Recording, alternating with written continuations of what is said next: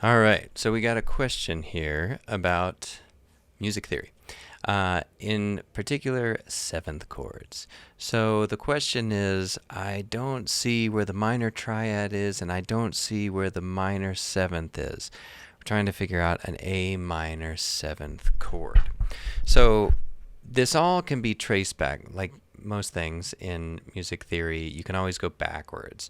And I'd like to start with an A minor scale. So I think you can see that. All right, so we have A, B, C, D, E, F, G, A.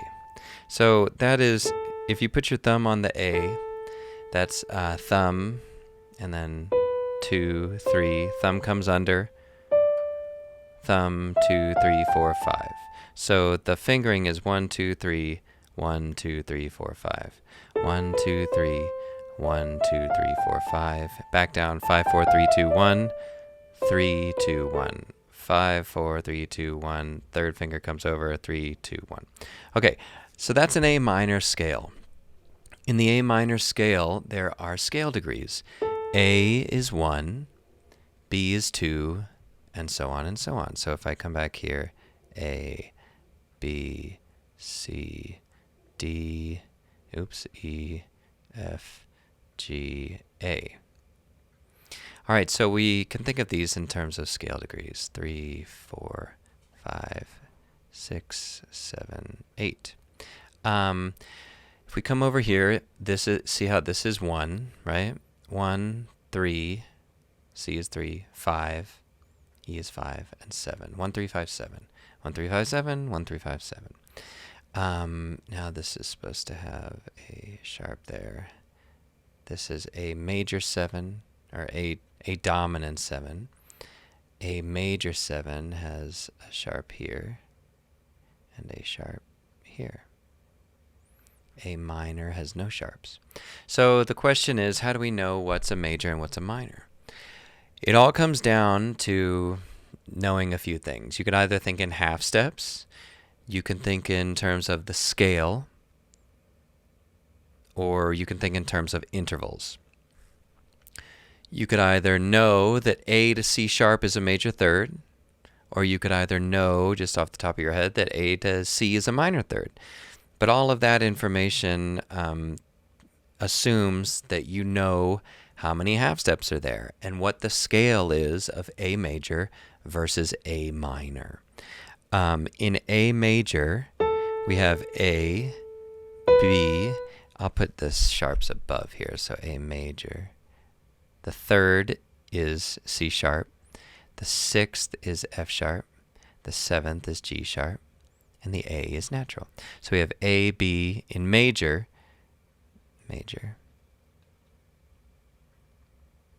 Oops. Man, that's supposed to be an R. It's a bad R. 1, 2, 3, 4, 5, 6, 7, 8. So the third is raised compared to the minor. The sixth is raised compared to the minor. And the seventh is raised compared to the minor. When we think about triads, we can think in terms of the third and the next third. So A to C in the minor scale, A to C is a minor third, because ultimately there are only 3 half steps between them. If we think A, this is the starting pitch. We go to B flat right next to each other. See, let's say A sharp. If there is a note in between the two notes, like A to B, that's a whole step. If there's a note not in between, if there's not a note in between, it's a half step. So let's count half steps from A. So we go 1, 2, 3. 3 half steps equals a minor third.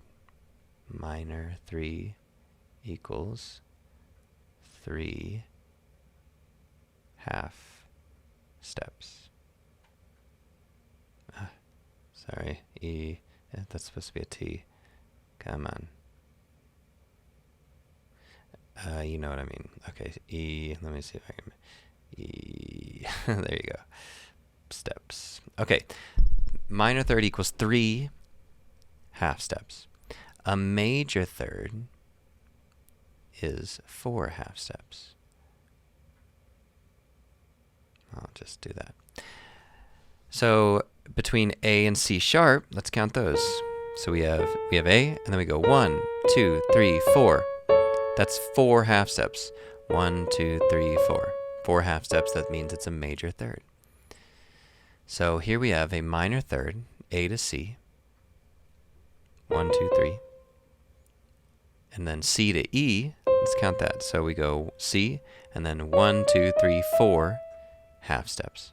4 half steps. So A minor, I remember when I was in music theory, I had to have knowns. A minor, C major. A minor has a minor third between A and C, and a major third between C and E. C major has a major third between C and E, and a minor third between E and G. If you can remember that, you can figure things out in a test, and that'll help you. What are the knowns? C major scale. Where are the half steps there, right? And A minor scale. Where are the half steps there? So C major, we always have half steps between E and F, and B and C. That's the third scale degree. 1, 2, 3, 4. Between 3 and 4, and 7 and 8. A minor, let's find our half steps here. So we have 1, 2, 3. Oh, look, there's a half step between 2 and 3. 4, 5, 6. There's a half step between 5 and 6. 7, 8. So the thing about music theory is that you can't just say, all right, an A major 7 chord is this and this and this. You kind of have to know everything beforehand. That's why it's also good, because the more you know, the better you'll get. So back to here, the reason that the main question is, I don't understand, where's the minor third, or where's the minor triad here, and where's the minor seventh? What makes a seventh chord a seventh? It's from the root, which is A, to the seventh. 1, 3, 5, 7. So is that a major or a minor interval? Well, in the minor scale, we have 1, 2, 3, 4, 5, 6, 7. That's a G. Remember, these are major. This is the major option.